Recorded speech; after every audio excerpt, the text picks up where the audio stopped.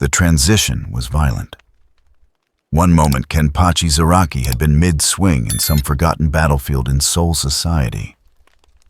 The next, reality tore itself apart around him, and he fell through a wound in existence itself. The sensation was unlike anything he had experienced. Not the clean passage through a Senkaimon, but something fundamentally wrong, as if the universe was rejecting his presence, even as it swallowed him whole. When his feet struck ground, the impact sent shock waves through what passed for Earth in this place. Kenpachi straightened slowly, his sword still gripped in one hand, and took in his surroundings with the casual interest of a man surveying a new restaurant rather than an alien hellscape. The sky bled.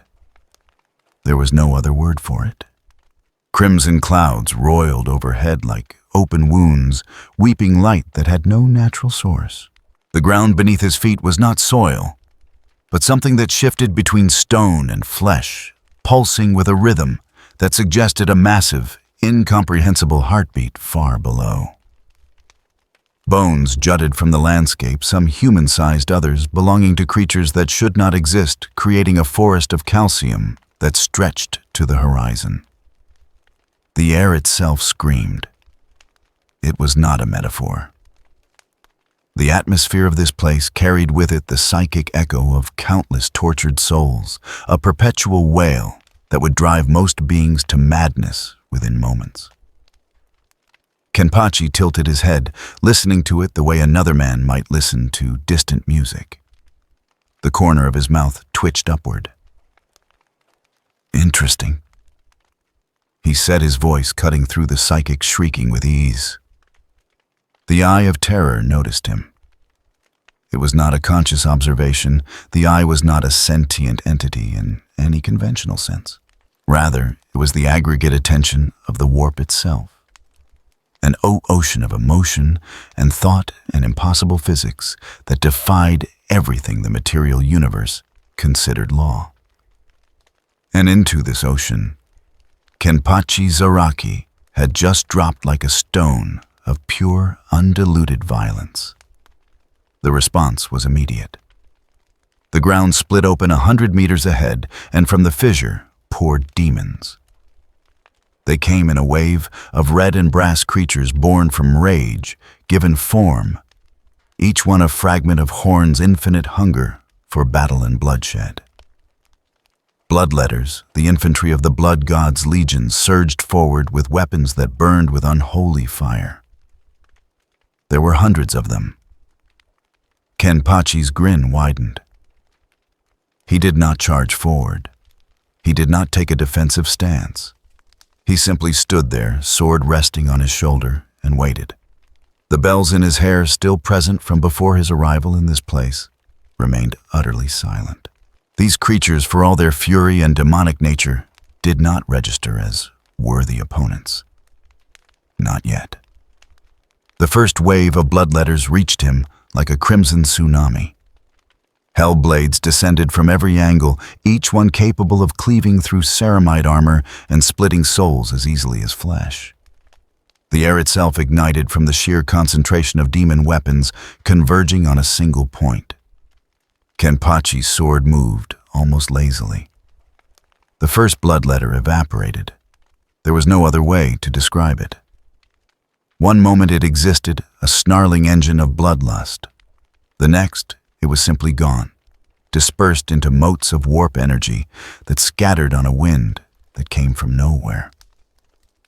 The second demon met the same fate. Then the third, fourth, and fifth. He was not even trying. His movements were economical, almost bored. Each swing of his blade carved through reality itself, and the demons standing in its path ceased to exist. They did not die. Death implied a transition from life to non-life. These creatures simply stopped being erased by a force that did not care about their demonic resilience or their connection to a chaos god. The bloodletters kept coming. They were demons, fragments of Horn's own essence, and they knew no retreat. They threw themselves at Kenpachi in greater and greater numbers, their collective roar drowning out even the screaming wind. Kenpachi yawned. The ground beneath him was now slick with ichor that passed for demon blood. The air stank of brass and sulfur, and something that smelled like burnt brass and hatred given physical form. Bodies, or what remained of them, piled up in grotesque mounds. And still, they came. "This is disappointing," Kenpachi said, cutting down another dozen with a single sweep. "I expected better from hell." The Eye of Terror was not hell.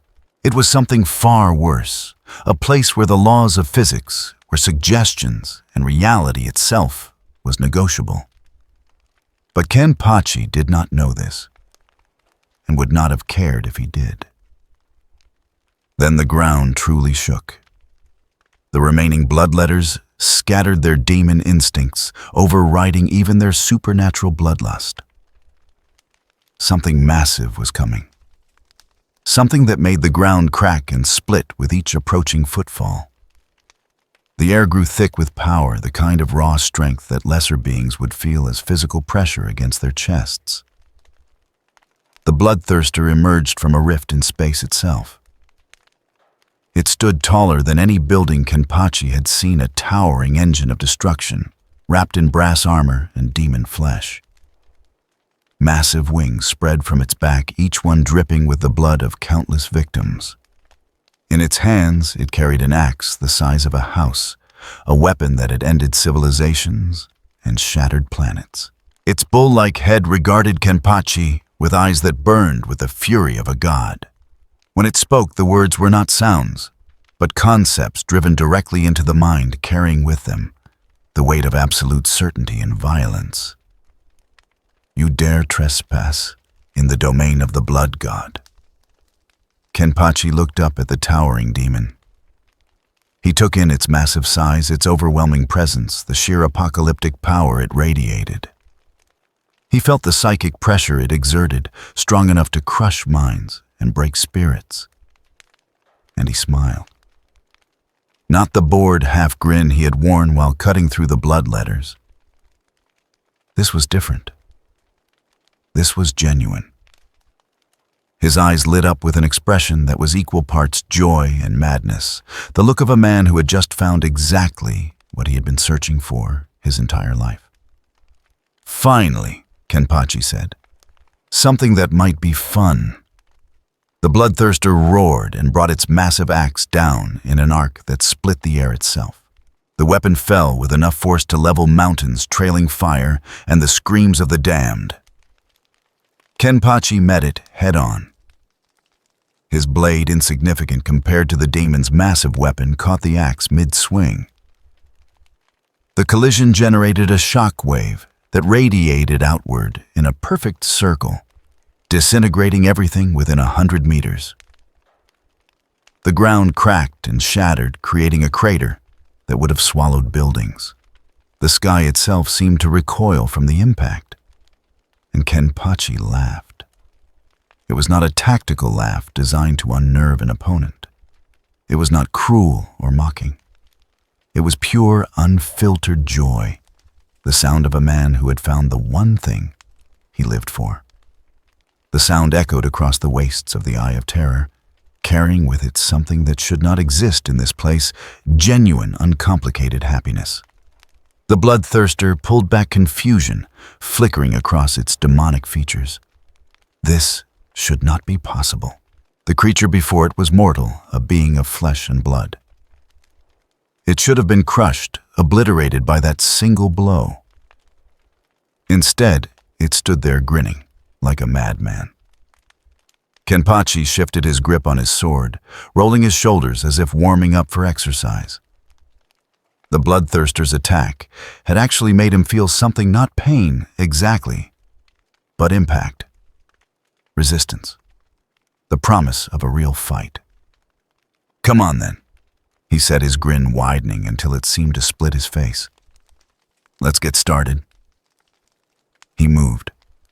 The bloodthirster was faster than something that size had any right to be moving, with the supernatural speed of a demon that existed partially outside linear time. But Kenpachi was faster. His blade carved upward in a strike that caught the demon across its torso, opening a wound that leaked not blood, but raw warp energy. The bloodthirster staggered backward, its roar of pain and fury shaking the air. It swung its axe in a wide arc, but Kenpachi was already inside its guard, his sword finding the gaps in its brass armor with unerring precision. Each strike carved away chunks of demon flesh, each wound leaking more and more of the creature's essence.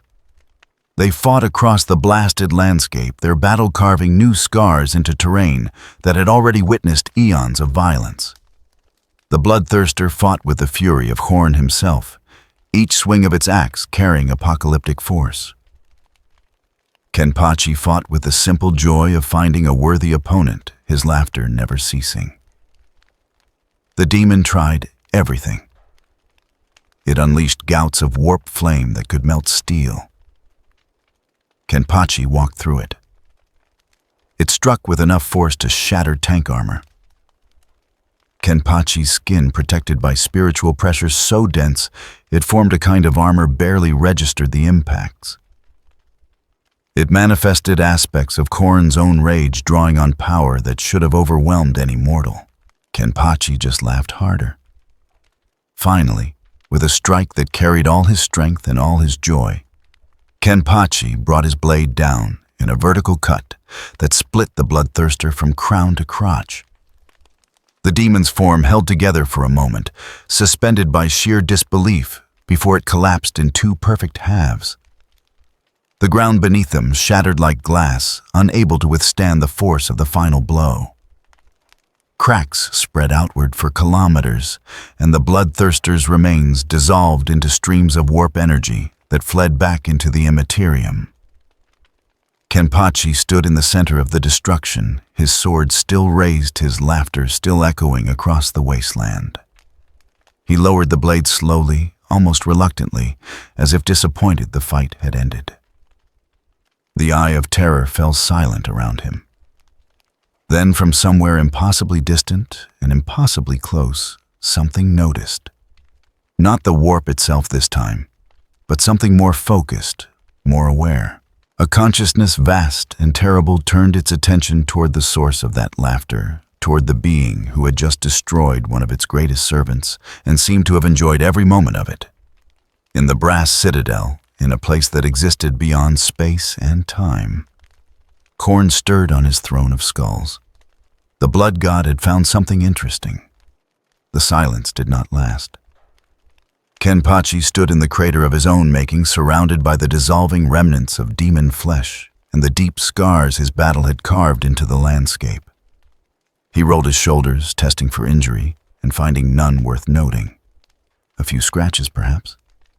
Some bruises that would fade in minutes. Nothing that mattered. The eye of terror watched him with something approaching curiosity. It was a sensation he could not quite name, the feeling of being observed by something that had no eyes, judged by something that had no mind, in any conventional sense. The air itself seemed to thicken around him, pressing against his skin with the weight of attention from beings that existed beyond the material world. Kenpachi ignored it. He had been stared at before. He began walking, choosing a direction at random. The landscape stretched endlessly in all directions, an impossibility of geometry that would have broken lesser minds. Mountains that grew from the ground like teeth. Rivers that flowed upward, structures that hurt to look at their architecture, defying three-dimensional space. None of it bothered him. He had come to Seoul society from the worst district of Rukongai, a place where reality was already negotiable, and survival depended on strength alone. This place was just more of the same, painted in different colors. The ground trembled beneath his feet. Not the earthquake-like shaking from before when the bloodthirster had approached. This was different, a constant rhythmic vibration that suggested something massive in the distance, something that was not approaching, but simply existing with enough power to make the world shake. Kenpachi's grin returned.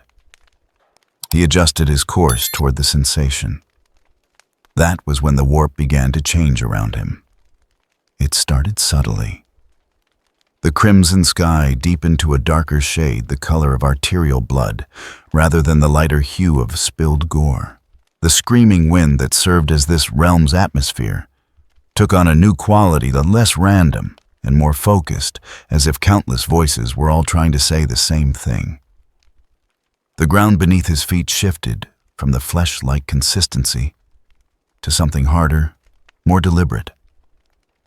When he looked down, he saw that he was walking on a surface made entirely of brass, not brass-colored, but actual brass, polished to a mirror sheen despite the violence that surrounded it. He was being herded. The realization brought another smile to his face. Something wanted him to go in a specific direction, and it was reshaping reality itself to make that happen.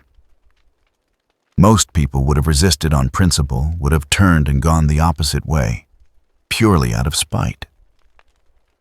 Kenpachi kept walking in the direction they wanted him to go. If something powerful enough to reshape this hellscape wanted to meet him, who was he to disappoint? Besides, anything that could manipulate reality on this scale would probably be fun to fight. The brass ground began to slope upward, forming a path that had not existed moments before. Pillars rose from the earth on either side, each one carved with images of battle and slaughter. Warriors locked in eternal combat, their faces frozen in expressions of rage and ecstasy. Blood ran down the pillars like rain pooling at their bases before flowing upward, defying gravity to feed back into the carvings. Kenpachi barely glanced at them. Art had never interested him. The temperature rose as he climbed, not the natural heat of a sun or fire, but something more fundamental. The warmth of rage given physical form, the fever heat of bloodlust refined into an environmental condition. Most beings would have found it unbearable. Kenpachi found it mildly pleasant. At the top of the brass path, the landscape opened into something that approximated an arena.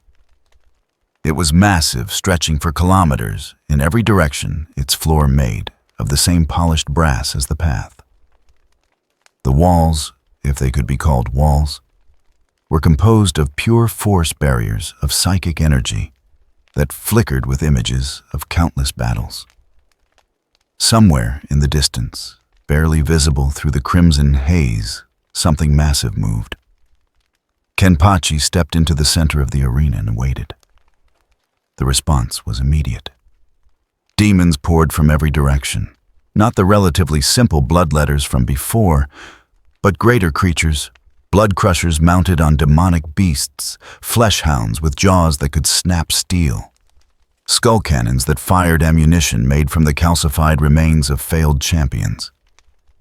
They came in their thousands, a tide of brass and blood and fury. And they all moved with purpose. This was not the mindless assault from before. These creatures moved with coordination, with strategy, circling and probing for weaknesses before committing to attacks. They were testing him, measuring his capabilities, the way a skilled fighter might test an opponent's guard. Kenpachi's laugh echoed across the brass arena. He met them head-on, his blade singing through the air in arcs that carved through demonic flesh and brass armor with equal ease. A blood crusher charged him its rider, screaming challenges in a language that predated human speech.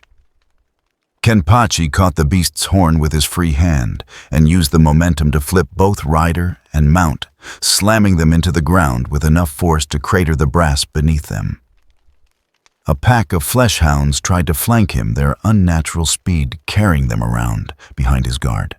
He spun his blade, extended, and the pack scattered into component atoms, their forms unable to maintain cohesion against the force of his strike. The skull cannon fired its ammunition, screaming through the air with the voices of the damned. Kenpachi swatted the projectile aside with his sword, as if it were an annoying insect, sending it careening into a group of approaching bloodletters. He fought for what might have been hours, or might have been days. Time had no meaning here, flowing and twisting like the landscape itself. The demons kept coming wave after wave, each one testing different approaches, different tactics. And with each wave, Kenpachi's grin grew wider. This was better. Not perfect, none of them individually could match him, but better. The coordination, the endless supply of opponents, the variety in their approaches. It was almost like a real battle. But something was wrong. Kenpachi noticed it gradually, a sensation creeping into his awareness, like cold water seeping through cracks. The more he fought, the more demons he destroyed, the more he began to feel empty. It was not fatigue. His body could fight for days without rest, sustained by spiritual pressures so vast, it might as well have been infinite. It was not boredom, either. The demons were varied enough to keep things interesting, even if none of them individually posed a real challenge. It was something deeper, more fundamental. A hollowness at his core that grew with each swing of his blade, each laugh that echoed across the brass arena. He was fighting, yes. He was winning, absolutely. But something was missing. A memory flickered at the edge of his consciousness. Pink hair. A small figure who always pointed in the wrong direction, but somehow always led him where he needed to be. A name he had given to someone who meant more to him than fighting ever had. Yachiru. The thought came and went like a ghost, too quick to fully grasp, but present enough to leave an ache in its wake. Kenpachi's next strike carried more force than necessary, obliterating 3 demons that should have required separate attacks. When had he last seen her? The question surfaced unbidden, unwelcome. He pushed it aside, focusing on the battle at hand. A demon lunged at him with a blade wreathed in warp fire. He cut it in half, the motion automatic, his mind elsewhere. The Eye of Terror noticed the shift. The demons began to pull back, creating space around him. They did not flee. Demons of Khorne knew no fear, but they ceased their assault, forming a circle around him at a respectful distance. The brass arena fell quiet, except for the distant screaming wind and the rhythmic pulse that permeated everything. Then the warp itself spoke. It was not words, not exactly. It was meaning-given form concepts that bypassed language entirely and drove themselves directly into consciousness. The voice, if it could be called that, carried the weight of countless battlefields, the accumulated rage of every warrior who had ever lived and died in violence. You fight well, soul warrior. You kill with skill and joy, but you are incomplete. Kenpachi did not respond. He simply stood there, his blade resting on his shoulder, and waited. You have come to a place where rage is pure, where battle is eternal, where the weak are consumed and the strong ascend forever. Yet you bring with you a hollowness, a void where something once existed. The ground beneath Kenpachi's feet began to shift, the brass surface rippling like water. Images formed in its reflection. Battles he had fought, opponents he had faced, victories he had claimed. And among them, always at the edge, a small figure with pink hair who never fought but was always present. You seek strength through battle, yet you weaken yourself with sentiment. You crave the challenge of worthy opponents, yet you hold back your true power for fear of ending the fight too quickly. You are a contradiction, sword wielder. A warrior who fights not to win, but to prolong the experience of fighting itself. Kenpachi's grip on his sword tightened slightly. The observation was accurate, uncomfortably so. He had always held back, always restrained himself, because full power meant quick victories, and quick victories meant no more fun. "I offer you clarity," the voice continued. "Strip away the weakness. Embrace only the joy of battle, the purity of violence. Forget what you have lost and become what you truly are, a perfect instrument of war." The brass arena pulsed with power, offering transformation, offering purpose, offering an eternity of exactly what Kenpachi had always claimed to want. For the first time since arriving in the Eye of Terror, Kenpachi's grin faded. He stood in silence for a long moment, his sword still resting on his shoulder, his scarred face unreadable. Around him the demons waited. The warp itself seemed to hold its breath. Then Kenpachi laughed. It was not the joyful battle lust from before, nor the bored dismissal of weak opponents. This laugh carried an edge of something darker, something that suggested he had just realized a joke that only he could understand. "No," he said simply. The warp recoiled, confusion rippling through it, like shock waves through water. "You refuse strength." "I refuse your strength," Kenpachi corrected. "You want me to forget. But that hollowness you mentioned, that's mine. I earned it. And I'm going to figure out what I lost on my own terms, not yours." He raised his sword, pointing it at nothing and everything simultaneously. "Send whatever you want. Make it as strong as you can. But I'm not here to join anything or become anything. I'm here because something dragged me here, and I'm going to fight my way through until I figure out what I'm missing." The brass arena trembled with fury, but underneath that fury was something else, something that might have been respect, if such a thing could exist in a place like this. The demons began to advance again, their numbers growing with each passing second. Thousands became tens of thousands, filling the arena until it seemed like a sea of brass and blood and hate. Kenpachi grinned, settling into a fighting stance. "That's more like it." The Eye of Terror convulsed around him, reality warping and twisting as Khorne's full attention focused on this single soul who had rejected his offer. The blood god did not make such offers lightly, and rejection was a novelty that demanded response. Far above in dimensions perpendicular to mortal understanding, Khorne leaned forward on his throne of skulls. This one was different. Not a warrior seeking glory, not a berserker lost in rage, but something entirely new.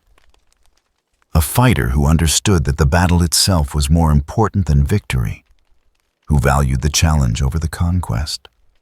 The blood god smiled, if such a being could be said to smile.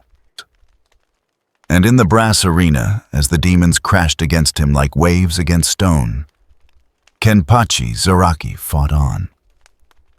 His laughter echoed across the Eye of Terror, carrying with it a quality that should not exist in such a place, the sound of someone who had just found something worth remembering, even if he could not quite remember what it was. The brass arena shattered. It did not crack or crumble. It simply ceased to exist, as if the Eye of Terror had grown bored of maintaining the structure. Kenpachi found himself standing on a different battlefield entirely, one that bore the scars of conflicts far older than he could comprehend. The ground was black stone-fused glass in places where reality had burned hot enough to melt itself. He was covered in ichor from the countless daemons he had destroyed. His uniform was torn in places, though the wounds beneath had already closed. The eye patch remained firmly in place, still sealing away the majority of his power. The silence was absolute. No screaming wind. No distant rumbling. Just an emptiness that pressed against his ears with uncomfortable weight. Kenpachi shook his head, trying to clear the sensation, and that was when he heard it. Thunder, Not natural thunder, but the deep roar of massive engines tearing through the fabric of space itself. The sky above split open, and through the wound came vessels of black iron and brass, each one the size of a city block. Drop pods rained from their bellies like steel hail streaking toward the ground with trails of fire. Kenpachi watched them fall with mild interest. More enemies then. Good.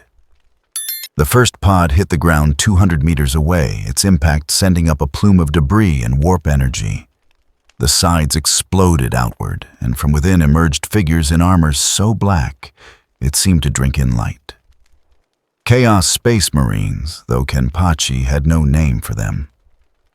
He simply registered them as fighters' warriors, encased in powered armor that made them twice his height.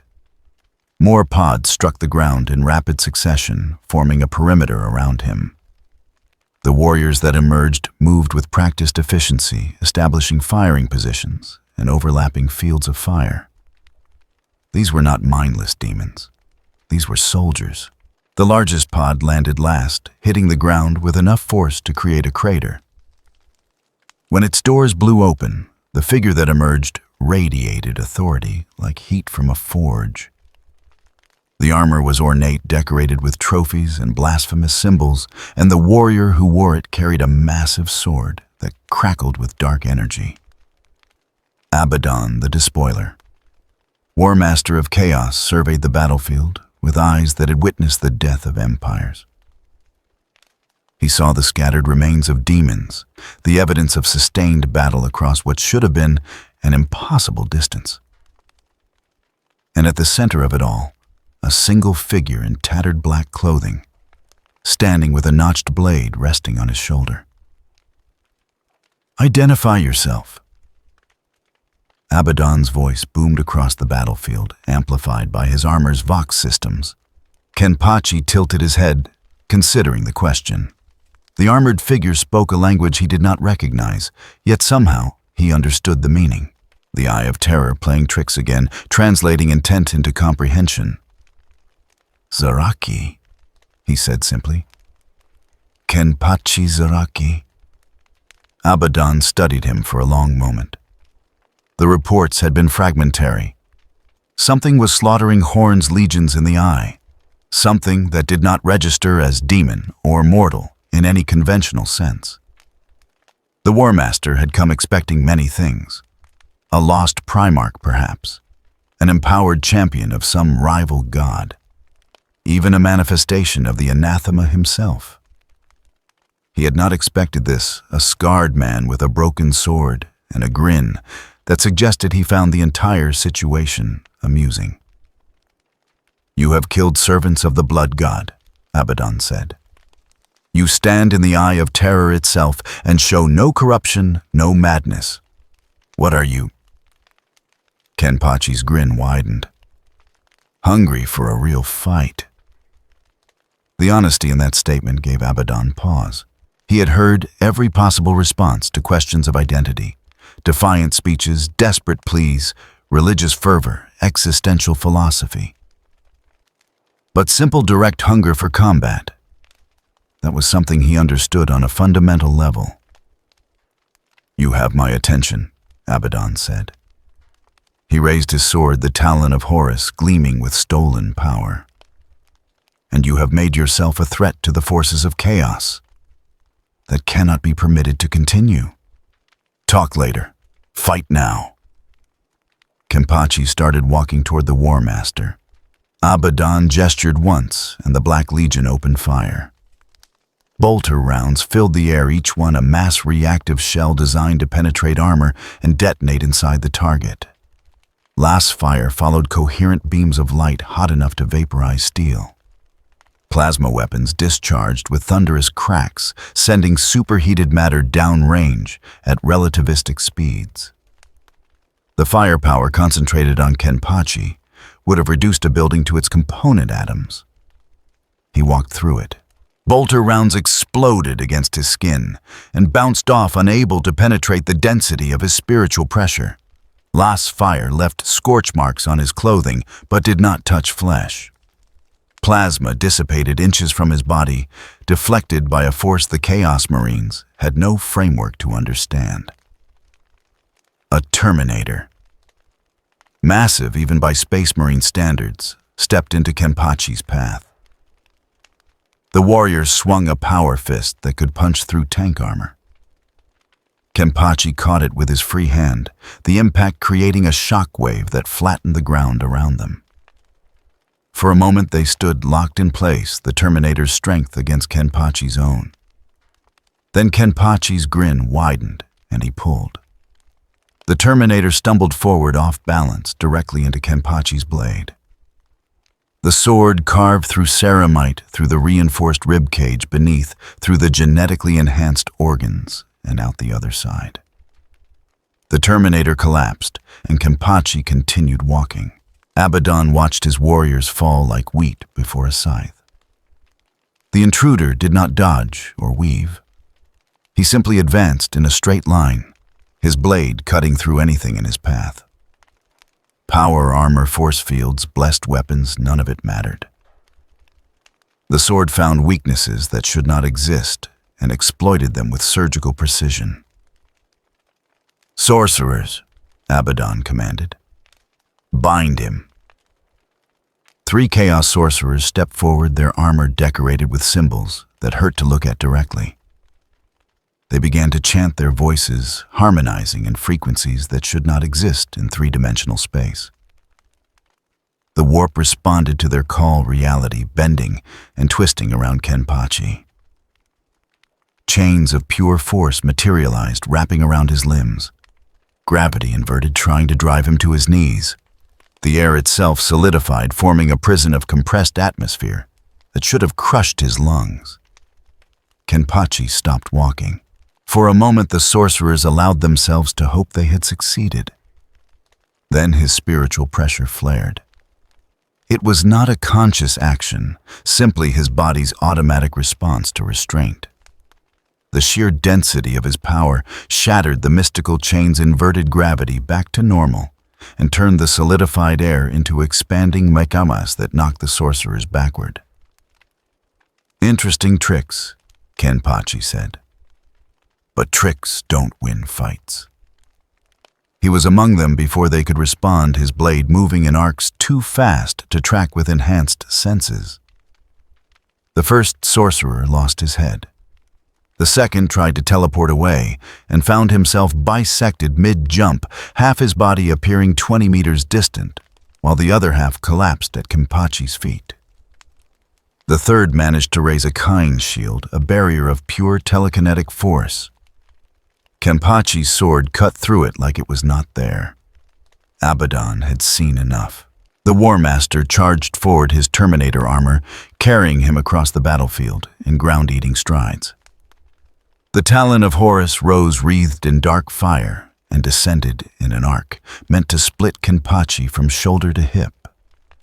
Their blades met with a sound like reality breaking. The shock wave leveled everything within 50 meters, disintegrating Chaos Marines and Demon alike.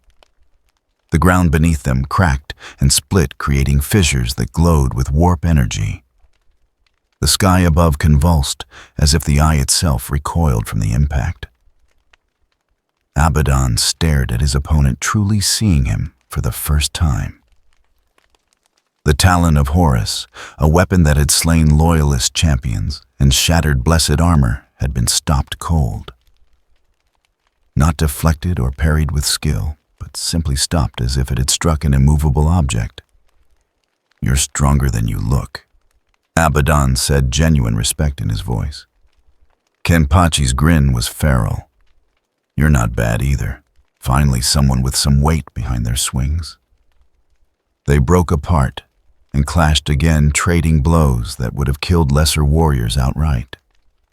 Abaddon fought with 10,000 years of experience, with techniques refined across countless battlefields and enhanced by the gifts of the dark gods.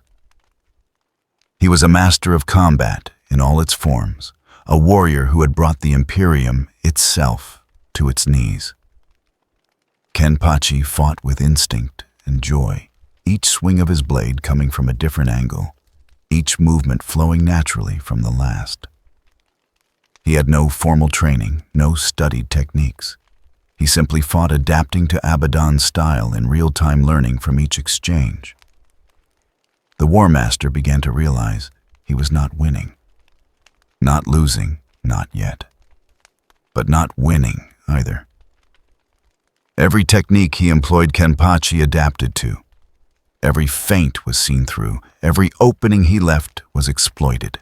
It was like fighting his own shadow, a reflection that learned and grew stronger with each passing moment.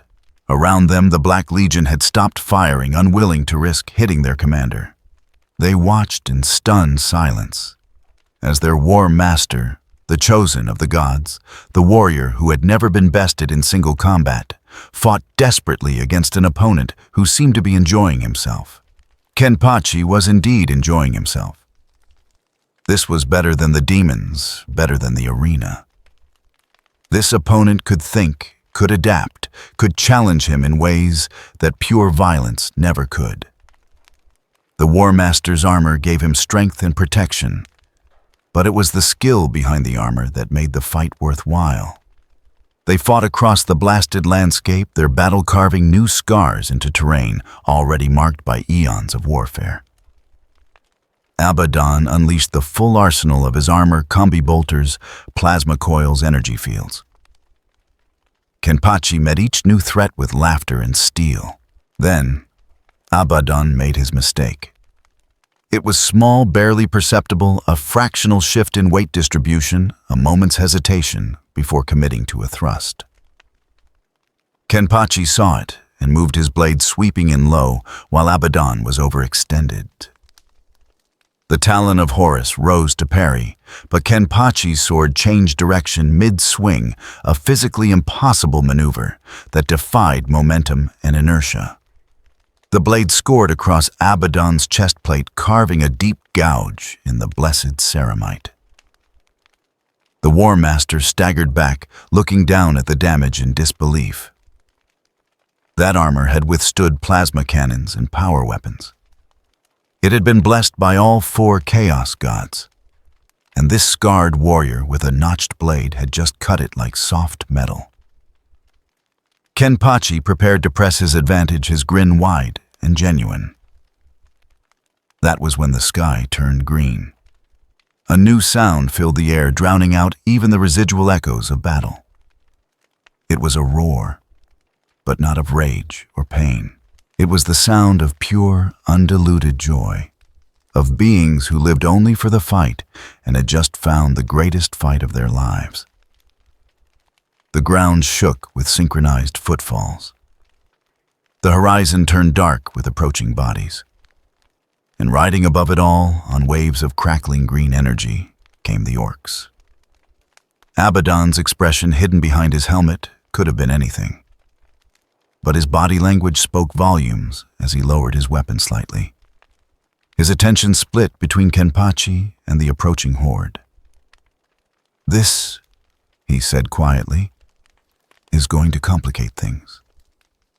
Kenpachi turned to see what had drawn the War Master's attention. When he saw the green tide approaching, when he heard their joyful roaring, when he felt the sheer, uncomplicated enthusiasm they radiated, he threw back his head and laughed.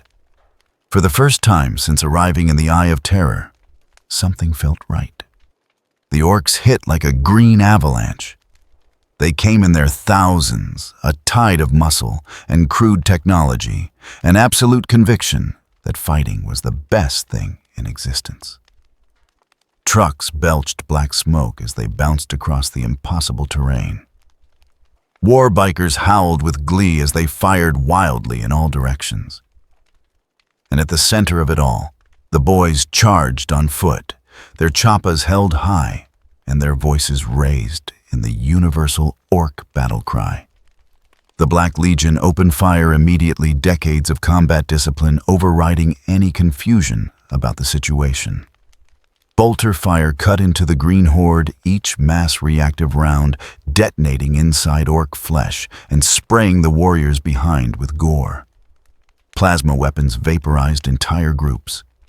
Heavy weapons teams set up firing lanes and began systematic extermination.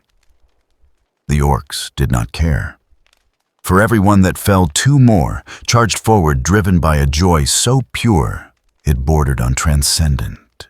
They were not fighting because they had been ordered to, or because they sought conquest or glory. They fought because fighting was what orcs did, and this battlefield offered the best fight they had seen in years. Kenpachi stood in the middle of the chaos, his blade still held casually on his shoulder, and watched the green tide approach with growing interest. There was something refreshing about these creatures. No grand speeches, no mystical threats, just pure, straightforward enthusiasm for violence. The first orc to reach him was massive even by greenskin standards. It wore armor cobbled together from scrap metal and good intentions, and it carried a choppa the size of a grown man. The weapon descended in an overhead swing that had all the finesse of a falling boulder. Kenpachi caught it with his sword. The impact drove his feet an inch into the stone ground, which was impressive. Most opponents could not move him at all. The orc's eyes widened in what might have been respect or might have been greater joy with orcs. It was hard to tell the difference. "You're proper strong," the orc bellowed, grinning to show a mouth full of mismatched teeth. "You're not bad yourself," Kenpachi replied and cut the orc in half. The greenskin fell with a smile on its face, and three more immediately took its place. These were smarter, spreading out to attack from different angles, their movements surprisingly coordinated for creatures that supposedly lacked tactical thinking. Kenpachi's blade wove between them, each strike precise despite the apparent casualness of his stance. The orcs fell, but more kept coming, and he found himself actually having to pay attention to the fight. Not because any individual orc was particularly dangerous, but because they kept finding new ways to attack, kept adapting their tactics based on what they observed. It was almost like they were learning. Across the battlefield, Abaddon had already assessed the situation and found it unacceptable. The Black Legion was holding its ground, but barely. The orcs were endless, and every one his warriors killed seemed to energize the rest. And in the middle of it all, that scarred maniac with the broken sword was fighting greenskins like he was having the time of his life.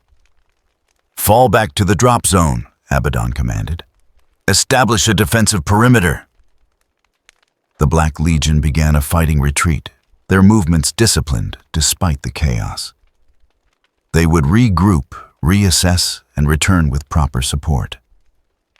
The War Master did not flee from battles, but neither did he waste resources on pointless engagements. He cast one last look at Kenpachi, who was now surrounded by at least 20 orcs and appeared to be laughing, before activating his teleport homer. The warp folded around him, and Abaddon vanished in a flash of corrupt light. Kenpachi noticed the retreat peripherally, but did not care. The armored warriors had been interesting, especially their leader. But the orcs were proving to be more fun. They did not have the same power or skill, but they made up for it with sheer enthusiasm and creativity. One orc tried to tackle him, while another swung at his legs. A third attempted to shoot him in the back with what looked like a gun made from spare parts and optimism. Kenpachi spun his blade, carving through all three in a single motion, and immediately had to duck under a choppa thrown like a spinning saw blade. The orc who had thrown it was already charging forward, having drawn a backup weapon from somewhere. Kenpachi met the charge head-on, and their collision sent out a shockwave that knocked nearby orcs off their feet. That was when he heard it. Over the general roar of a battle, over the sound of gunfire and explosions and dying warriors came a chant. It started with a few voices and spread through the orc horde like wildfire until thousands of greenskins were shouting in unison. "Boss, boss, boss." Kenpachi paused, an orc's severed head still rolling away from his last strike, and looked around in confusion. The orcs were not retreating. They were not even really fighting anymore. They were watching him, their small eyes bright with something that might have been admiration. A particularly large orc, scarred and missing one arm, pushed through the crowd.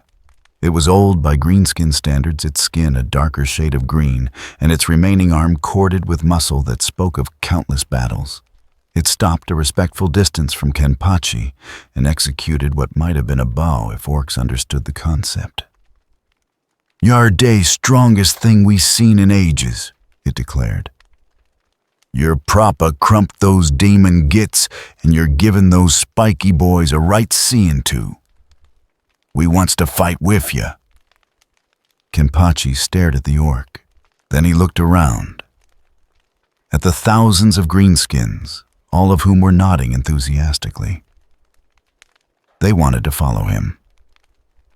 These creatures who lived only for battle and respected only strength had decided he was worth following. It was possibly the strangest compliment he had ever received. "I don't need followers," Kenpachi said. "We ain't following," the old orc corrected. "We just gonna fight the same stuff you're fighting 'cause it looks like more fun that way." Despite himself, Kenpachi felt the corner of his mouth twitch. There was a logic to that, in a strange way. These creatures did not want to serve him or worship him. They just wanted to fight alongside him because the things he fought were worth fighting. Before he could respond, movement caught his eye. A group of orcs had found something in the rubble of the battlefield, a piece of torn fabric pink and bright against the dark stone. One of the orcs held it up curiously, and something in Kenpachi's chest clenched. Pink. The color triggered something, a memory that had been dancing at the edges of his consciousness since he arrived in this place. Small hands tugging at his sleeve. A voice that always pointed in the wrong direction, but somehow always knew where to go. A name that meant more than fighting, more than strength, more than any of this. Yachiru. The realization hit him like a physical blow. He had forgotten her, not completely.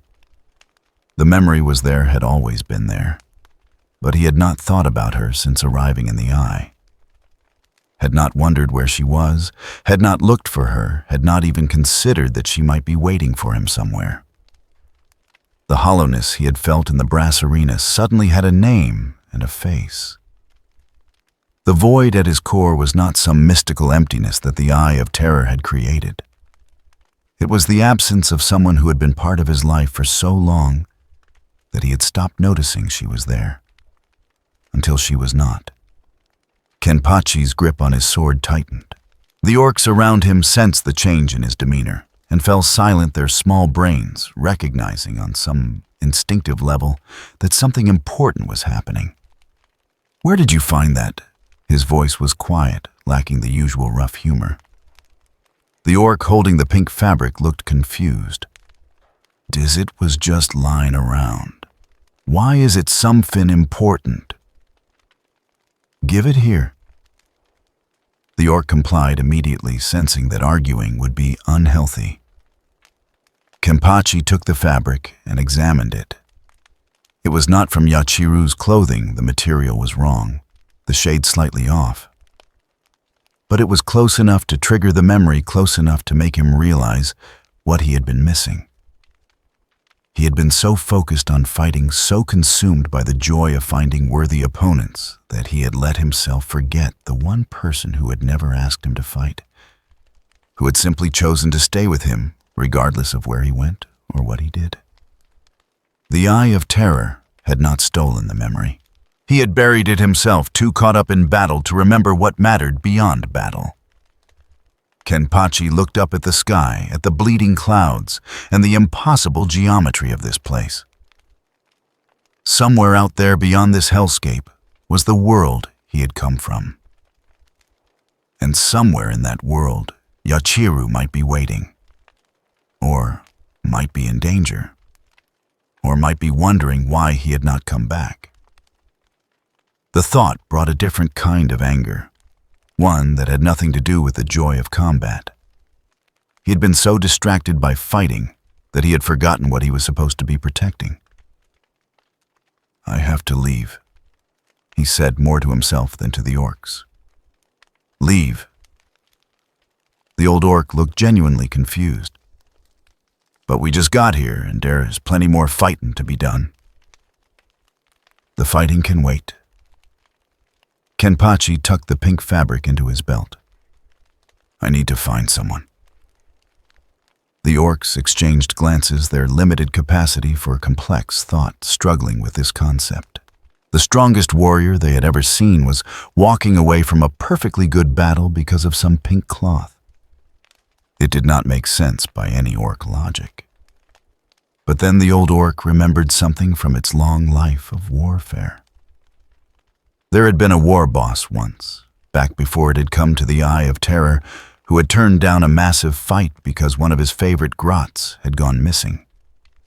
The other orcs had called him weak. Right up until he got back with the grot and proceeded to crump everyone who had said anything. "You're looking for someone important, Den?" the old orc asked carefully. Kenpachi nodded, not trusting himself to say more. The realization was still settling in the weight of how long he had been fighting without thinking about her, without even remembering to worry. The old orc straightened up, coming to a decision. "Den we help you look." "What? You're our boss now, whether you like it or not. Bosses take care of deer boys, and boys take care of deer boss. If you gotta find someone, we help you find 'em. Then we all go have a proper fight after." Kenpachi stared at the orc. The offer was genuine. He could hear it in the creature's voice, see it in the way the other greenskins were nodding in agreement. These creatures who understood nothing but violence and strength were offering to help him with something that had nothing to do with fighting. It was possibly the most unexpected thing that had happened since he arrived in the Eye of Terror. "I don't even know where to start looking," Kenpachi admitted. "I'm not even sure how I got to this place." "That's easy," a different orc piped up. This one wore what looked like a combination of tribal decorations and scavenged technology. "DAI, it spits you out, same way it sucks you in. You just gotta find the weak bits in the walls and push through." "The walls? You know the thing between this place and that place?" The orc waved its arms vaguely. "The wobbly bits where reality ain't quite sure what it's doing." Kenpachi had no idea what the orc was talking about, but he understood enough. There was a way out of the Eye of Terror. He just had to find it. The old orc seemed to sense his determination. "We got a weird boy, what kin feel dem weak spots. He'll point you in the right direction. But boss..." It paused, looking almost serious. "If we helps you, you gotta promise to come back and have a real scrap with us someday." "Deal." Kenpachi did not hesitate. If these creatures could help him find a way out, help him get back to where Yachiru might be, he would fight an entire Wa single-handed if they asked. The orcs cheered, though, whether it was because their new boss had agreed to fight them later or because they were helping with something important was unclear. Probably both, as the greenskins began organizing themselves with surprising efficiency. Kenpachi stood alone for a moment, the pink fabric still clutched in his hand. The Eye of Terror still screamed around him. Demons still prowled the wastes. The Black Legion would likely return with greater force. But for the first time since falling into this place, Kenpachi had something more important than the next fight. He had a reason to leave a purpose beyond simply cutting down whatever stood in his way. He had someone to find. The weird boy was brought forward, a strange orc covered in crude tattoos and crackling with barely controlled psychic energy. It looked at Kenpachi with eyes that seemed to see through him, then pointed toward the horizon with a trembling finger. "Dat way, boss. De wall's thin dat way, but there is gonna be plenty more scraps before you get there." Kenpachi looked in the direction indicated. The landscape stretched endlessly, filled with horrors that would break most minds. Somewhere beyond it all was the edge of this place, the boundary between the eye of terror and reality. And beyond that, maybe was the person he should never have forgotten in the first place. He started walking, and the orcs fell in around him, their enthusiasm undimmed despite the change in objectives. They were going to help their boss find someone, and then they were going to have the best fight ever. As far as orc logic went, it was a perfect plan. Kenpachi found himself almost smiling. These creatures were strange, chaotic, and utterly illogical. They reminded him of someone in a way he could not quite articulate. Someone who had never made sense, but had always been exactly where she needed to be. He tightened his grip on the pink fabric and kept walking. The Eye of Terror watched him go, and in the brass citadel, Khorne leaned back on his throne. This mortal continued to surprise. He had rejected the offer of pure strength, had chosen memory over power, had turned away from endless battle because of a scrap of colored cloth. And yet the blood god found, he was not displeased. A warrior who fought for something beyond fighting was rare. A warrior who could remember tenderness, even in the heart of the Eye of Terror, was rarer still. Khorne decided to watch this one a while longer, to see what he would do when the real challenges began. The journey toward the edge of the Eye of Terror took what might have been days or might have been minutes. Time had no consistent meaning in this place, flowing backward and sideways as often as forward. The orcs did not care about temporal inconsistencies. They simply marched alongside Kenpachi, occasionally breaking into fights among themselves when things got too boring, then rejoining the group as if nothing had happened.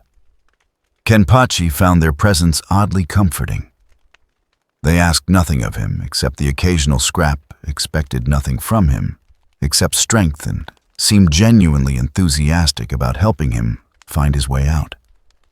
It was more straightforward than any relationship he had experienced in decades. The weird boy led them through landscapes that defied description. They crossed plains where the ground was made of frozen screams. They skirted forests where the trees bled and whispered secrets that drove lesser beings mad. They forded rivers that flowed with liquid time, emerging on the other side, hours younger or older than when they entered. Through it all, Kenpachi kept the pink fabric tucked in his belt, occasionally touching it to remind himself why he was leaving instead of staying to fight. The orcs noticed, but said nothing. Even they understood some things were not meant for commentary. They were crossing a field of crystallized bone when the sky above them split open. It was not the gradual tearing that had heralded the Black Legion's arrival. This was immediate and absolute, as if something had simply decided the sky should not exist in this location anymore. Through the wound in reality descended a figure that made the bloodthirster from before seem like a minor inconvenience. Skargul, the ancient herald, supreme of Khorne. Greater demon of the highest order, towered above the landscape like a walking cathedral of brass and fury. Its wings blotted out what passed for sun in this place. Each footfall created craters that glowed with warp fire. The axe it carried was forged from the spine of a dead god, and the chains wrapped around its body were made from the souls of failed champions. The orcs took one look at it and immediately scattered, not from fear, but from a sudden and complete understanding that this fight was not theirs. The old orc paused just long enough to shout, "We'll be over there if you need us, boss," before following its kin to a safe distance. Kenpachi and the greater demon faced each other across the bone field. When Scar Ghoul spoke, its voice was not the roar of the previous bloodthirster. It was quieter, more controlled, carrying with it the weight of eons and the certainty of absolute conviction. You have fought well, sword-bearer. You have rejected the gifts of the blood god and remained yourself. You have cut down legions and laughed while doing so. You are everything a warrior should aspire to be. Kenpachi said nothing, simply waiting for the point. And yet, Scar Ghoul continued, you are hollow. You fight and fight and fight, each battle bringing you joy, but leaving you empty afterward. You have forgotten why you fight, forgotten what gives meaning to the blade in your hand. I remember now, Kenpachi said quietly. Do you? The daemon's eyes burned with something that might have been genuine curiosity. Or do you simply remember that you have forgotten something? There is a difference, mortal.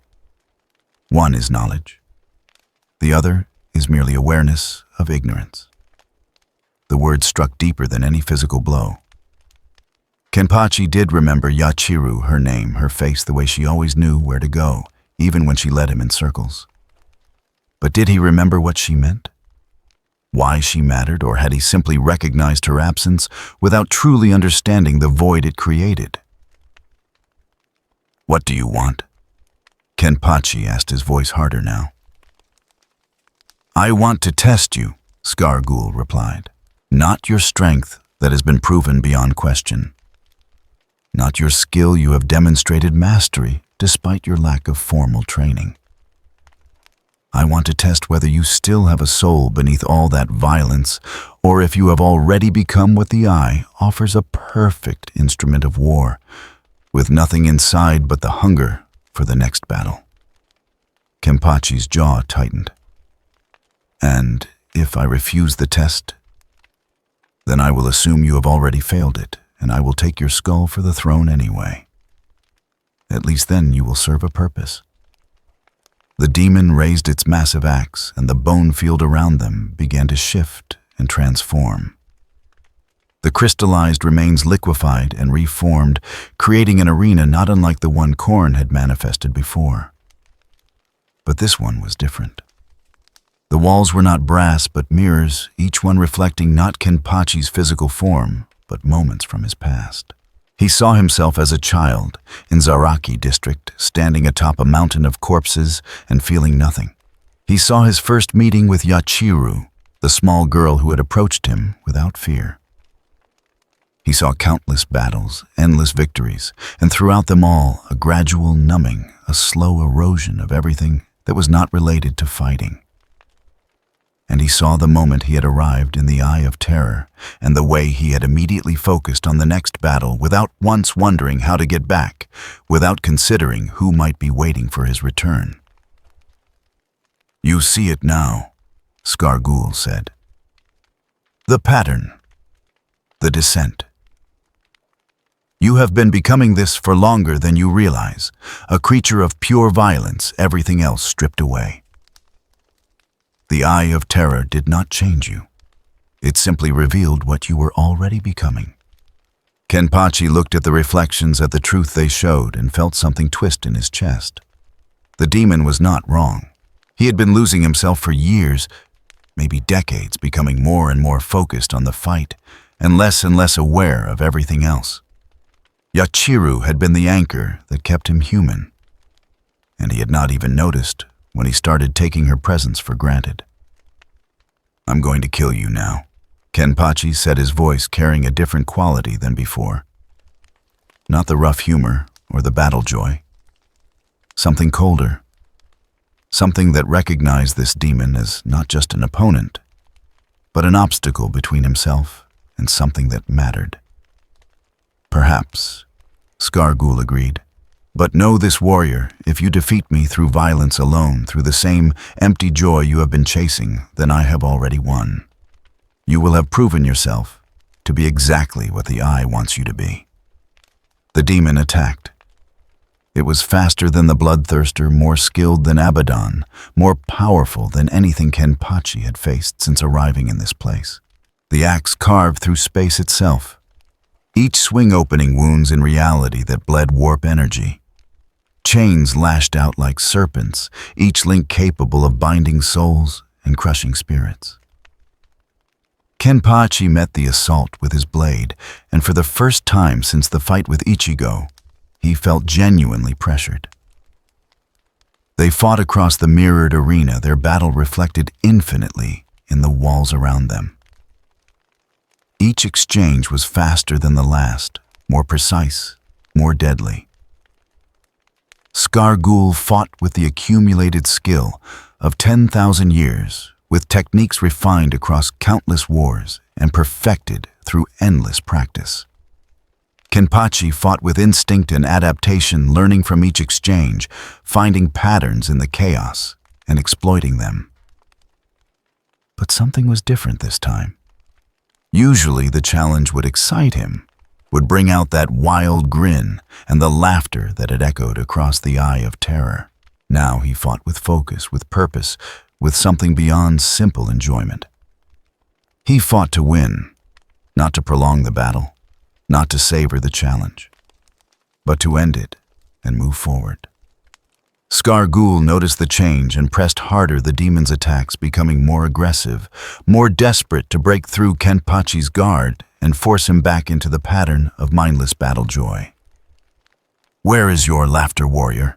The demon demanded, its axe carving a line across Kenpachi's chest that actually drew blood. "Where is the joy you showed when you fought my lesser kin? Have you become so focused on your goal that you have forgotten the pleasure of the journey?" Kenpachi did not respond. He simply adjusted his grip and struck back his blade, finding a gap in the demon's defense and carving a deep wound across its torso. The mirrored walls showed the truth, two versions of Kenpachi, one that fought with wild abandon and one that fought with cold precision. The first version was stronger, more dangerous, more in tune with what the Eye of Terror valued. The second was focused, deliberate fighting, not for itself, but for something beyond the battle. Skargul saw it too, and for the first time, the demon seemed uncertain. "You are rejecting yourself," it said, almost confused. "You are suppressing your nature, fighting against what you truly are. This is not strength. This is denial." "Wrong." Kenpachi's voice was steady despite the exertion of the fight. "I'm not suppressing anything. I'm just remembering that there's more to me than this." He pressed forward, his strikes becoming more aggressive, more precise. Each blow was calculated, each movement deliberate. He was not trying to prolong the fight or savor it.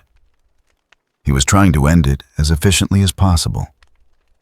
Because Yachiru was waiting somewhere, and he had already wasted too much time. The realization settled over him like a weight. Not a burden exactly, but a grounding force. He was not just a sword that cut things. He was someone who mattered to another person.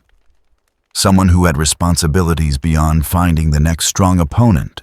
Skargul's next attack came with desperate force, the demon recognizing that it was losing control of the battle. The axe descended in an arc that would have split a mountain, trailing chains and warped fire and the screams of the damned. Kenpachi caught it with both hands on his sword.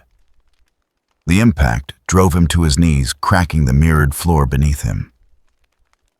Blood ran from his hands where the force of the block had split his skin.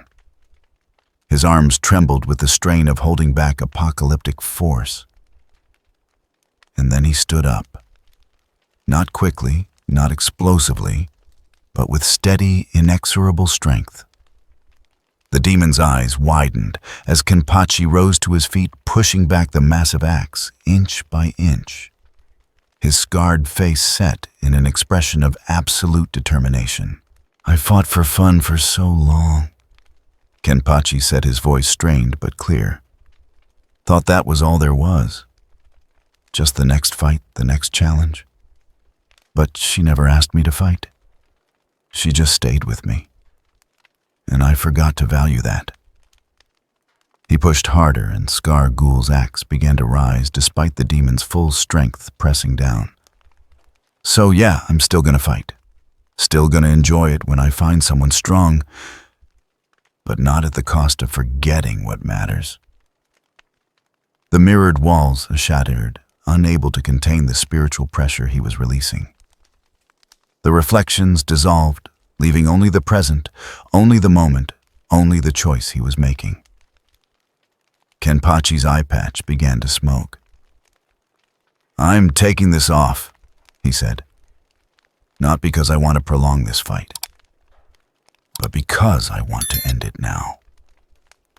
The eye patch dissolved under the pressure of his spiritual energy, and the world turned white. When vision returned, Skargul was staggering backward, its massive form bearing a wound that split it from shoulder to hip. The daemon looked down at the injury, then up at Kenpachi, and something like respect flickered across its inhuman features. "You have passed the test, sword-bearer," it said, its voice weakening as warp energy leaked from the wound. "You remembered what you were in danger of losing. You chose purpose over pleasure, meaning over mindlessness." Kenpachi did not lower his blade. "That wasn't a test. That was you trying to kill me. In the eye of terror, there is no difference." Skargul's form began to dissolve, breaking apart into streams of crimson energy. "You are stronger than you were when you arrived here, not because you have gained power, but because you have remembered why power matters. The Blood God will remember this. We do not often see mortals who can resist what this place offers." The demon's form collapsed entirely, its essence fleeing back into the warp from which it had been summoned. The arena dissolved with it, returning the landscape to the bone field it had been before. Kenpachi stood alone, breathing heavily, covered in blood and warp taint and the accumulated grime of battles he could barely remember. His sword felt heavier than before, or perhaps he was simply more aware of its weight. The orcs emerged from their hiding spots and approached cautiously. The old orc studied Kenpachi's face for a long moment before speaking. "You look different, boss. Not weaker. Just different." "I remembered something important," Kenpachi said simply. "That's good, 'cause the weird boy says we're close to the edge now. Just a bit further and you can get out of this place." Kenpachi looked in the direction the weird boy was pointing. The landscape seemed thinner there, more translucent, as if reality was wearing thin under the pressure of the eye of terror's impossible physics. He could feel it now, a sense of direction he had not possessed before, a pull toward something real and stable and consistent. The material universe calling to someone who still had ties to it, who still had reasons to return. "Thank you," he said to the orcs, surprising himself with the sincerity in his voice. The old orc grinned, showing its mismatched teeth. "Ain't nothing, boss. You gave us some proper good scraps, and you promised to come back someday for more. That's payment enough." Kenpachi nodded and turned toward the thinning edge of reality. Behind him, the Eye of Terror still raged, still screamed, still offered endless battle to anyone who would accept it. Part of him would always be drawn to that, would always hunger for the challenge and the test of strength. But he had something more important waiting. He began to walk toward the edge. And as he did, he activated something he had not used in what felt like years. The transformation was subtle at first, just a change in the way his spiritual pressure flowed. Then his blade began to shift, responding to his will for the first time since he had arrived in this place. The notched, worn edge smoothed out. The blade grew larger, more defined, more real. He did not speak the release command aloud. He did not need to. No, Zaraki knew what he wanted, and for the first time in this place, his Zanpakuto answered with its true form. The release of spiritual pressure created a shockwave that flattened everything within 100 meters. The bone field vaporized. The air itself ignited from the sheer concentration of power. And Kenpachi, wielding his shikai for the first time in the Eye of Terror, struck at the barrier between worlds. The blade carved through reality like paper, opening a wound that bled light and stability and the clean physics of a universe that made sense. Beyond the tear, he could see stars. Real stars burning with fusion rather than madness. The orcs cheered, genuinely happy to see their boss finding his way home.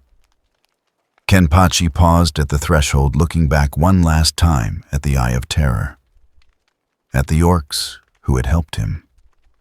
At the landscape that had tested him and found him still human despite everything. "I'll come back someday," he said loud enough for the orcs to hear. "When I've found what I'm looking for. And then we'll have that proper fight you want." The old orc saluted in the crude orc fashion. "We'll be waiting, boss, and we'll be even stronger by then." Kenpachi smiled, not the wild grin of battle joy, but something quieter and more genuine, and stepped through the tear in reality. The Eye of Terror collapsed behind him, sealing itself shut as if he had never been there at all. In the brass citadel, Khorne leaned back on his throne and considered what he had witnessed. A mortal had entered the Eye of Terror, rejected every offer of power and corruption, remembered what made him human, and then simply left. It was unprecedented. And Khorne, blood god of chaos, found himself looking forward to the day when that scarred warrior might return, when he had found whatever he was searching for, and came back ready to truly test himself against the legions of the warp. That the blood god decided would be a battle worth watching. Reality reasserted itself with jarring abruptness. One moment Kenpachi was stepping through a tear in the fabric of the universe. The next, he was falling through normal space, the physics of the material world, reclaiming him with something approaching vengeance. Gravity existed again. Time flowed in a single direction. The air did not scream. He hit the ground hard enough to create a crater, his body remembering how to interpret physical forces after so long, in a place where such things were negotiable. For a moment, he simply lay there staring up at a sky that was actually blue with clouds that were white instead of crimson, and a sun that burned with fusion instead of concentrated madness. It was almost disappointing. Kenpachi pushed himself to his feet, testing his limbs and finding them responsive, despite the accumulated damage from his fights in the eye. His spiritual pressure began to stabilize, no longer fighting against the constant pressure of the warp. His Zanpakuto reverted to its sealed state, the blade returning to its familiar notched and worn appearance. He looked around, trying to orient himself. The landscape was barren, rocky wasteland, stretching in all directions, with no obvious landmarks or signs of habitation. Wherever the Eye of Terror had deposited him, it was nowhere he recognized. But it was real. It was stable. And it was a place where Yachiru might exist. The thought brought a small smile to his scarred face. He had made it out. Against all odds, despite every temptation to stay and fight forever in a place designed for eternal warfare, he had remembered what mattered and found his way back. Now, he just had to figure out where he was and how to get home. A sound reached his ears, the distinctive hum of engines, growing louder by the second. Kenpachi turned toward the source and saw something approaching across the wasteland.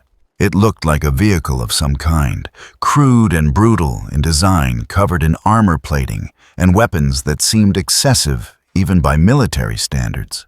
The vehicle skidded to a stop 50 meters away, and its top hatch opened. A figure emerged, wrapped in tattered robes that might once have been white, but were now stained with oil and what looked like blood. The figure pulled back its hood, revealing a weathered face marked with scars and augmented with crude cybernetics. "You," the figure said in accented gothic eyes, wide with something between awe and terror. You just came out of the eye. Kenpachi shrugged. Yeah, and nothing just walks out of the eye of terror. The figure's voice cracked slightly. I've been watching that barrier for 3 years, waiting for any sign of the warband that went in. And you just stepped through, alone. Wasn't planning to stay there forever, Kenpachi said. Had to get back. The figure stared at him for a long moment, then began to laugh. It was a broken sound, the laughter of someone who had seen too much and no longer knew how to process new absurdities. The Imperium will want to know about this, the figure finally said. A lone warrior emerging from the eye, uncorrupted. They'll either try to recruit you or execute you as a potential threat. Let them try. Kenpachi's hand drifted to his sword almost unconsciously. I don't doubt you could handle yourself. The figure studied him more carefully. You're not from this galaxy, are you? Something about you feels wrong. Not chaos wrong, just different. Does it matter? Suppose not. The figure gestured to the vehicle. I can take you to the nearest Imperial outpost. From there you can probably find a way to wherever you're trying to go, assuming you have somewhere to go. Kenpachi considered the offer. He had no idea where he was in relation to Soul Society. No idea if the two universes even overlapped in any meaningful way. But standing in a wasteland alone would not help him find Yachiru any faster. Fine, he said, walking toward the vehicle. The figure watched him approach with obvious nervousness, as if expecting him to attack at any moment. When Kenpachi simply climbed into the vehicle without incident, the relief was palpable. As they drove across the wasteland, the figure could not help but ask questions. What was it like in there? Lots of fighting, Kenpachi said simply. And you didn't fall to chaos, didn't feel the temptation, felt it, rejected it. Kenpachi touched the pink fabric still tucked in his belt. Had something more important to remember. The figure fell silent, processing this. After a few minutes, they spoke again, quieter this time. I lost my entire squad in the eye. Went in with 30 soldiers, came out alone. I've been trying to understand what happened, why I survived when they didn't. But you just walked out because you wanted to. Like it was nothing. It wasn't nothing, Kenpachi corrected. But I knew what I was fighting for. That helps. The rest of the journey passed in silence. Eventually, structures appeared on the horizon. Fortifications built into the rocky terrain, weapons emplacements, scanning the sky for threats, and the unmistakable signs of military occupation. The Imperial outpost was small, but well defended, a forward observation post tasked with monitoring the Eye of Terror and reporting any incursions. When Kenpachi emerged from the vehicle, the soldiers on duty immediately raised their weapons, recognizing that he was not one of them, but uncertain what he actually was. The commander, a hard-faced woman with augmented eyes and a plasma pistol on her hip, approached cautiously. Identify yourself. Kenpachi Zaraki. I'm just passing through. Passing through from where? The commander's hand drifted toward her weapon. The Eye of Terror. The commander froze. Every soldier in earshot turned to stare. The figure from the vehicle nodded confirmation. He stepped out of a warped tear about an hour ago, Commander. I saw it myself. Impossible, the commander breathed.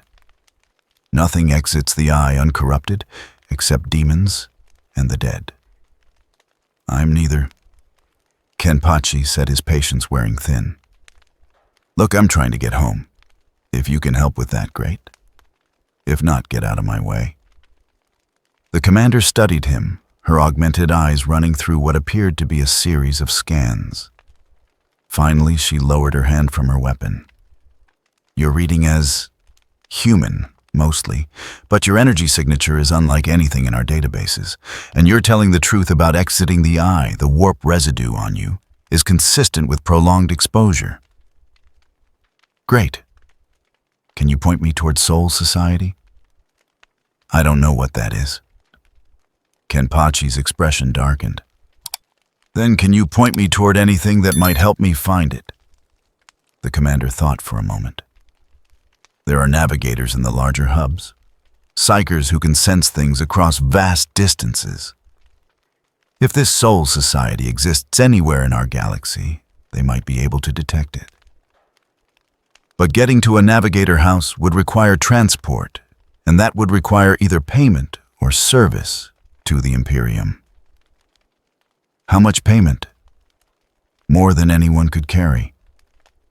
The alternative would be to join a military expedition or prove your value to the administratum in some way. Kenpachi considered this.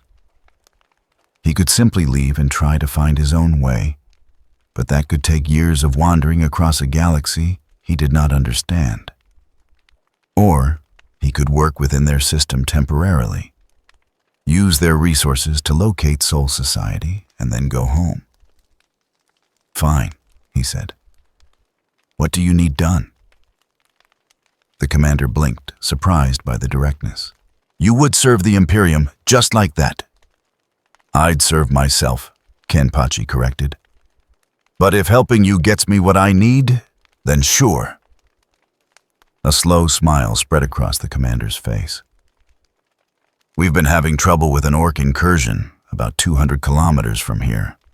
Not a full wah, just a small warband that's been raiding our supply convoys. If you could deal with them, done. You don't want to know how many there are, what weapons they have. Does it matter? Kenpachi's grin was back, though tempered now by purpose. Orcs fight because they love fighting. I can respect that. And taking them down will be good practice. The commander studied him for a long moment, then nodded. We'll provide transport to the area. After that, you're on your own. Bring back proof of the warband's elimination, and I'll authorize passage to the nearest navigator house. Deal. As preparations were made for his transport, Kenpachi stood at the edge of the outpost and looked back toward the horizon, where the Eye of Terror hung like a malignant wound in space. He could still feel it, even at this distance, the pull of endless battle, the promise of worthy opponents without end. Part of him would always be drawn to that. Part of him would always hunger for the next fight, the next challenge, the next test of strength. But he had learned something in that hellscape that he should have known all along. Fighting was meaningless without something to fight for. Strength was empty without someone to protect. Victory was hollow without someone to return to. Yachiru had never asked him to be strong. She had simply chosen to stay with him, chosen to see something in him beyond the violence and the bloodlust. And he had almost forgotten that. Almost lost himself completely in the pursuit of the next battle. The Eye of Terror had been a wake-up call, a reminder of what he could become if he forgot to value the things that made him more than just a sword. He would find Yachiru. However long it took, however far he had to travel, whatever he had to fight through. He would find her and make sure she knew she had not been forgotten. And after that, well, he still loved a good fight. There was no denying that. But he would remember to go home between battles from now on. The transport arrived, and Kenpachi climbed aboard without looking back. The Eye of Terror faded from view as they flew across the wasteland, heading toward his next battle. But this time, the battle was not the destination. It was just another step on the journey home. 3 days later, Kenpachi returned to the outpost carrying the head of the orc war boss. The greenskin warband had been larger than the Imperium had estimated, nearly 200 orcs all told, with primitive but effective weapons and a genuine love for mayhem. It had been over in less than an hour. The commander honored her agreement, providing him with authorization and transport to the regional navigator house. As Kenpachi boarded the shuttle that would take him to the larger installation, she approached one last time. "What you did out there," she said quietly. "The reports from our scouts said you were laughing the entire time. But it wasn't the laugh of someone corrupted by chaos or lost to bloodlust. It was joyful, like you were genuinely happy." "I was," Kenpachi admitted. "Fighting is part of who I am. I won't pretend otherwise." "But you're not fighting just to fight anymore, are you?" "No." Kenpachi looked out the viewport toward the stars that stretched endlessly in all directions. "I'm fighting to get home." The commander nodded, understanding. "I hope you find what you're looking for, Kenpachi Zaraki. And if you ever find yourself in this part of the galaxy again, I'll remember where to find a good fight." Kenpachi finished with a slight smile. The shuttle lifted off, carrying him away from the outpost and toward whatever came next. The navigator house would be able to scan for unusual spatial signatures, might be able to detect if Soul Society existed somewhere in this galaxy, or if it was something entirely separate. And if they could not find it, he would keep looking, keep moving, keep fighting his way forward until he found the path home. The universe was vast, larger than anything he had imagined before falling into the Eye of Terror. Somewhere in that vastness was Soul Society. Somewhere Yachiru was waiting, or searching for him, or simply living her life, wondering where he had gone. He would find out which. The shuttle broke atmosphere, and the stars revealed themselves in their full glory. Countless worlds, countless possibilities, countless battles waiting to be fought. But also, somewhere out there, countless people living their lives, forming bonds, creating meaning beyond violence, being more than just warriors in an eternal war. Kenpachi had been offered the chance to become a perfect instrument of war, stripped of everything except the ability to fight. He had rejected that offer, not because he did not love fighting, but because he understood now that fighting without purpose was just noise. The laughter that had echoed across the Eye of Terror had changed. It was still there. He had laughed, genuinely, while fighting the orcs, had felt the old joy in testing himself against worthy opponents. But underneath that laughter was something new. Or perhaps something old that he had rediscovered. A foundation that kept the laughter from becoming hollow, that gave meaning to the violence. He fought because he loved fighting, but he lived for something more. The shuttle docked with a larger vessel, and Kenpachi transferred to a ship that would take him to the navigator house. He found a quiet corner away from the crew and sat down, his sword resting across his lap. The pink fabric was still tucked in his belt, slightly frayed from his journey, but intact. He pulled it out and looked at it, this scrap of color that had reminded him of what mattered. It was not really from Yachiru. He knew that. It was just a piece of cloth that happened to be the right shade of pink at the right moment. But it had served its purpose, had pulled him back from the edge of becoming something he did not want to be. "I'm coming back," he said quietly to the fabric and to the person it represented. "Might take a while. Might have to fight through half this galaxy. But I'm coming back." The ship began its journey, and Kenpachi closed his eyes not to sleep, but to center himself. The Eye of Terror was behind him now. Soul Society was ahead somewhere in the vast darkness of space. And between here and there lay a universe full of challenges, opponents and battles that would test everything he had learned. He smiled genuine and unforced. This was going to be interesting. Behind him, across impossible distances in a place where reality itself was negotiable. The orcs he had fought alongside were already telling stories of their boss, who had come from nowhere, fought like a demon, laughed like a maniac, and then left to find someone important. They would wait for his return. They would grow stronger, gather more. Boys prepare for the greatest wah they could imagine. Because their boss had promised to come back someday for a proper fight. And orcs always kept their promises about fighting. In the brass citadel, Horn watched the threads of fate spin out from the scarred warrior's choices. The mortal would find his way home eventually, would reunite with whatever he had been searching for, and then perhaps he would remember the challenge left unfinished in the Eye of Terror. The blood god could wait. Time meant nothing to the eternal. And Kenpachi, Zaraki, warrior of Soul Society, wanderer of the Eye of Terror, and perhaps the only being to ever reject chaos through sheer stubborn memory of something worth protecting, continued his journey home. The laughter had returned. But it was different now. It was the laughter of someone who fought not to escape emptiness, but to protect fullness, not to fill a void, but to preserve something precious. It was the laughter of someone who had found his way back to himself.